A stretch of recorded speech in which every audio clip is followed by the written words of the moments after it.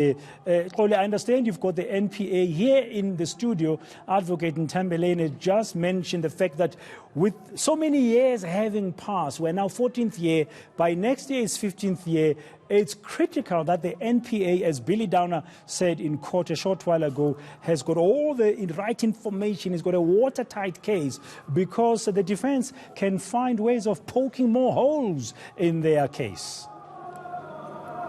Indeed, Dan, let's put it to Natasha Kara, who speaks for the NPA in the province of KwaZulu-Natal. Ms. Kara, thank you very much for your time. The question from studio there is, how tight is your case? This trial has been going on for 14 years now. Next year will be 15 when this trial possibly continues. How tight is your case? Well, all I can just say in regards to that question is what exactly the prosecutor mentioned in court is that the state is ready for trial. We have mentioned it in court several times during today's proceedings that the NPA is ready to take this matter to trial.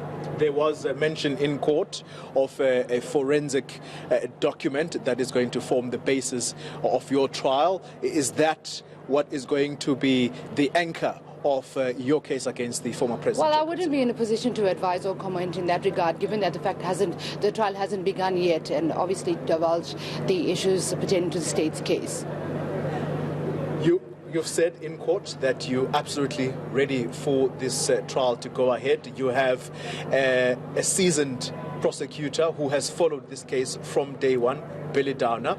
The people of South Africa perhaps want conclusion to this case. How confident are you that indeed by February next year you will be ready to resume this trial? Well, one can't preempt the interlocutory applications that might come going forward, because as you've heard earlier today that the defense for Mr. Zuma have advised that they will be bringing an application for leave to appeal Friday's judgment of the permanent stay of prosecution, and you've heard the various dates that will take to unfold. So obviously we have postponed the criminal matter to the 4th of February as a holding date for a pre-trial conference.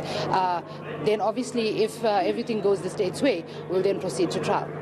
Ms. Kara, let me take this opportunity to take you back to last week, the asset forfeiture unit and the properties that were raided, and of course the 16 people involved. Where are matters now as far as those search and seizures are concerned, particularly around the former mayor of eThekwini? What transpired last week was basically the rolling out of an order for asset forfeiture, and that was with regards to the 16 accused in a particular matter before our specialized commercial crimes court.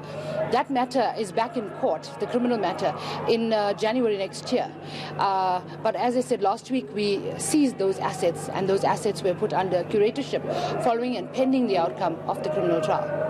All right, so those assets are going to be the state property up until the criminal trial? Well, not the state property. As I said, the curator was appointed by the court. Right. The curator will maintain or keep those assets till then, till the outcome of the criminal trial. All right, and the amounts that the state wants to recover as far as that particular case is concerned, well, what's the figure that we're looking at? Yeah, I would be pressed to say, because obviously I'm on the spot here, but I think it was to the tune of 230 million. Yeah. Yes. All right. There is a complaint from the leadership of the ANC in the province. Of course, you do not necessarily have to do things that are going to make them happy or unhappy. You simply are doing your job. There is the concern that how those raids were carried out, it was the Hollywood style of doing things dating back to the years of the now defunct Scorpions. What's the NPA's reaction to that kind of concern?